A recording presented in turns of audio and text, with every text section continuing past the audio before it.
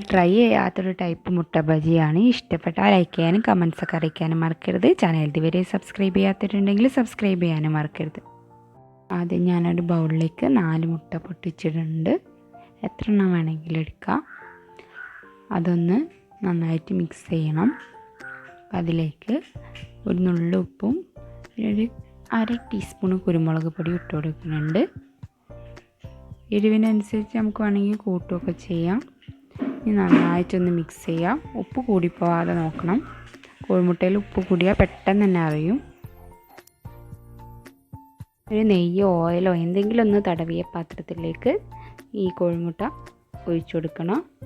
എന്നിട്ട് ഇതൊന്ന് ആവിയിൽ വേവിച്ചെടുക്കണം. കുറച്ച് പരന്ന പാത്രമാണെങ്കിൽ പെട്ടെന്ന് തന്നെ കുറച്ച് മിനിറ്റ് കൊണ്ട് തന്നെ അത് വെന്ത് കിട്ടും. അപ്പോൾ ഞാനിതൊരു ഇഡ്ഡലീൻ്റെ തട്ടിൽ ആവിയിലൊന്ന് വേവിച്ചെടുക്കാൻ പോവാണ്. അപ്പോൾ ഇനി ഇതിൻ്റെ ബാറ്ററിന് വേണ്ടിയിട്ടുള്ള കാര്യങ്ങളൊക്കെ റെഡിയാക്കാം. ഒരു പാത്രത്തിലേക്ക് 1/2 കപ്പോളം കടലപ്പൊടി എടുത്തിട്ടുണ്ട്. ഞാൻ അതിലേക്ക് ആവശ്യത്തിനുള്ള ഉപ്പും ചേർക്കുന്നുണ്ട്. ഞാൻ ക്രിസ്പി ആവണമെന്ന് തോന്നുകയാണെങ്കിൽ ഒരു 2 ടേബിൾ സ്പൂൺ അരിപ്പൊടിയോ അല്ലെങ്കിൽ കോൺഫ്ലവറോ ചേർത്ത് കൊടുത്താൽ മതി.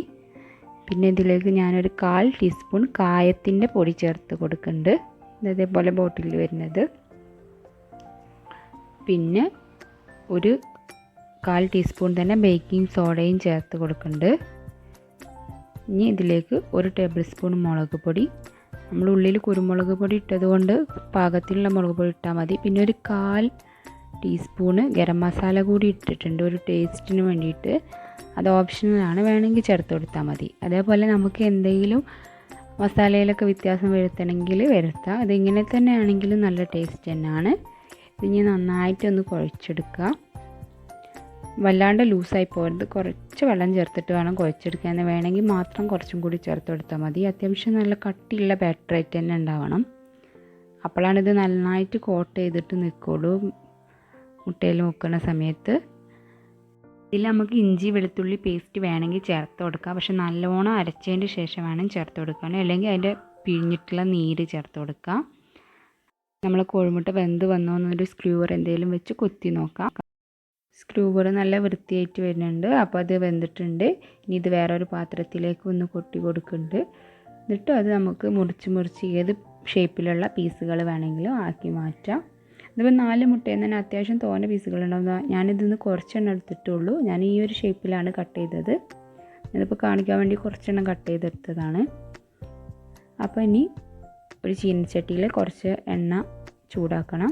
ഞാൻ വെളിച്ചെണ്ണയാണ് എടുത്തത്. ഏത് ഓയിൽ വേണമെങ്കിലും എടുക്കാം.